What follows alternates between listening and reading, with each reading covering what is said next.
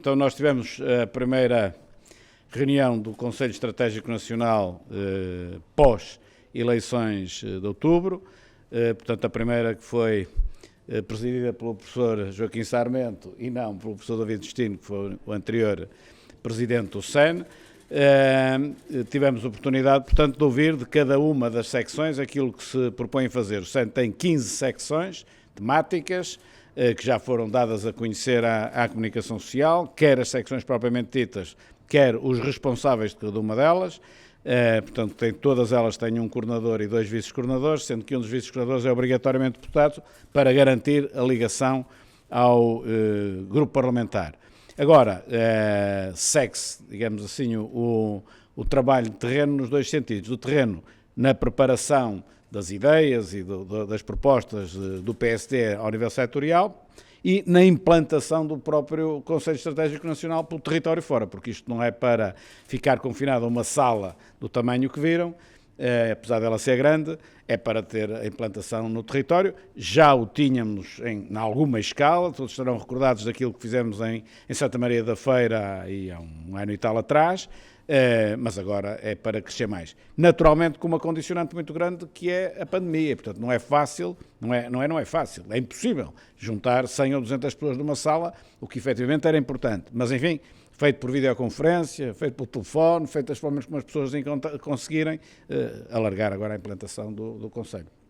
Esta mudança de liderança do Conselho para um homem mais ligado à educação, para uma pessoa mais ligada à economia, pode querer significar que o PSD, depois do resultado que obteve em outubro passado, vai mudar de rumo? Tem uma prioridade diferente? Não, isso não tem rigorosamente nada a ver pelo seguinte, até ver isso de uma forma muito linear. As funções de presidente do SEN não têm a ver depois setorialmente com nada, porque o professor David Destino continua a ser o primeiro responsável da educação, o professor Joaquim Sarmento continua a ser, tal como antes, o primeiro responsável pelas finanças públicas. Portanto, setorialmente, isso não tem significado. Agora, trocaram as personalidades e bem, deu lugar, um dá lugar ao outro e é assim que as coisas devem ser. Alguns comentadores que dizem que o Dr. Uribe aprendeu uma coisa, a conseguir esperar, a ter calma. Sim. Porque mais difícil do que ganhar eleições é não as perder. Portanto, é preciso ter calma. E o seu comportamento nos últimos tempos tem sido também, até com a aprovação, com deixar passar o orçamento suplementar, tem a ver com esta calma. Acha que temos tempo, dada a situação económica, para ter calma? Sim, são 2 coisas distintas, uma é orçamento suplementar, outra é calma. A calma deriva da minha maneira de ser, mas particularmente da minha idade, ou seja, da experiência da vida. E justamente essa calma terá um bocado de dificuldade em encontrar numa criança com 10 anos e encontrar com toda a facilidade uma pessoa com 80 anos, não é? Ora, eu estou ali mais ou menos a meio entre os 10 e os 80, portanto já tenho alguma calma, que se é dado fruto pela experiência da vida, saber gerir o tempo, que é das coisas que a vida mais nos ensina.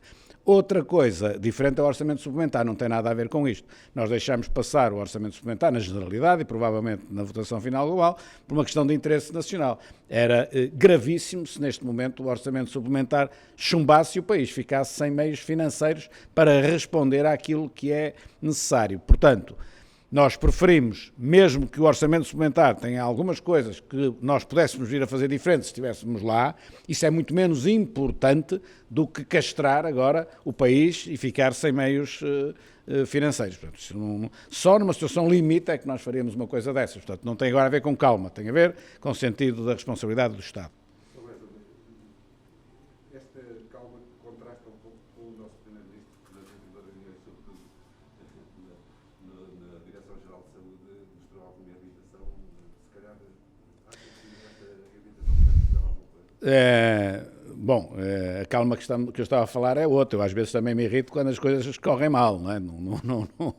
Não fiquei desprovido de sentimentos e de emoções. Agora, relativamente àquilo que está a falar do Primeiro-Ministro, é uma calma diferente, uma perda de calma diferente, porque efetivamente todos reconhecemos que a forma como a Direção-Geral de Saúde e o Governo, por via daquilo que a Direção-Geral de Saúde tem feito, não tem tido a resposta, neste momento, mais capaz e mais necessária. E, portanto, nós percebemos que, particularmente na região de Lisboa e Val do Tejo, a resposta, enfim, não teve a eficácia e a celeridade que devia. Penso que o Primeiro-Ministro terá notado também isso, como é evidente, é o primeiro responsável e, portanto, aí assistimos então depois àquilo que assistimos. Vou ao encontro justamente dessas suas palavras, pedindo que comente justamente as declarações do bastonário da Ordem dos Médicos, quando diz que o Governo deixou de ouvir os médicos, como até aqui fazia, no início da pandemia, e que os próprios números da Grande Lisboa resultam da incapacidade de antecipação por parte das autoridades nacionais de saúde. Bom, se o Governo ouve os médicos ou não, isso a Ordem dos Médicos lá saberá, é uma relação na qual eu não me meto. Agora, olhando aos resultados da ação governativa em Lisboa e Val do Tejo nas últimas 2-3 semanas, naturalmente, que são dados objetivos, que correu mal. Havia experiência já, quando a pandemia começou não havia experiência nenhuma. Agora já há alguma experiência e, portanto, é natural que possa haver algumas críticas sobre a forma, ao retardador, digamos assim, que foi a resposta pública do Governo à evolução da pandemia em Lisboa e Val do Tejo, não é? Agora, se depois a Ordem dos Médicos falou muito ou pouco, isso aí é com o Sr. Bastonário e com a Ministra da Saúde, não é comigo, não é? Não sei. E como é que lê esta declaração do Presidente da República quando afirma que não espera que o Presidente crie uma crise política, afastando mesmo um cenário de afrontamento com o Governo? Isto é uma situação de braço dado, pelo menos de ajuda ao Governo? Eu tenho dito sempre, desde que dizia antes de estar neste cargo, e neste cargo continuo a dizer exatamente a mesma coisa. Um Presidente da República, obviamente, tem de ter uma cooperação institucional com as outras instituições e com os outros órgãos de soberania. E, portanto, sempre critiquei quando um Presidente da República se comportava como oposição ao Governo, que infelizmente aconteceu ao longo destes 46 anos algumas vezes. E como líder do partido da oposição, portanto não sou o Governo, tenho de compreender, evidentemente, que tem de haver essa colaboração institucional. Sem prejuízo de, algumas vezes, o Presidente da República ter de chamar a atenção ao Governo e se ter de marcar de alguns aspectos, no sentido de forçar o Governo a fazer melhor aquilo que ele possa entender que está a fazer mal. Portanto, se me perguntar, bom, ao longo deste mandato do atual Presidente da República estive sempre de acordo? Claro que não. Não é? Agora, estou em grande desacordo porque ele tem ali uma grande cooperação institucional, alguma eu percebo que tem de ter. Não é? É com este sentido da responsabilidade que eu olho. Agora, era quase impossível eu estar de acordo com tudo que ele fez. Não estive, manifestamente, como é lógico. Tenho de andar a expressar sempre em público? Não tenho, como é lógico. Dr. Rio, neste atual quadro da Covid-19, que parece voltar a espregar-se, Sim. Se o senhor fosse o Primeiro-Ministro, o que é que faria de imediato?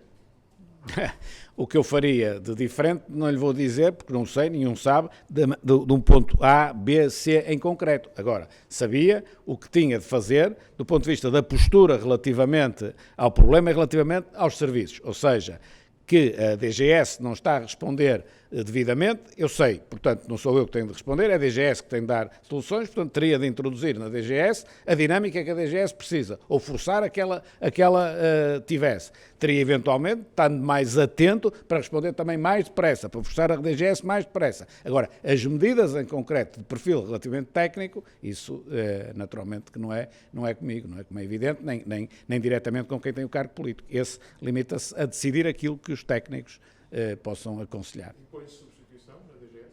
Isso é com a Ministra da Saúde. Muito obrigado.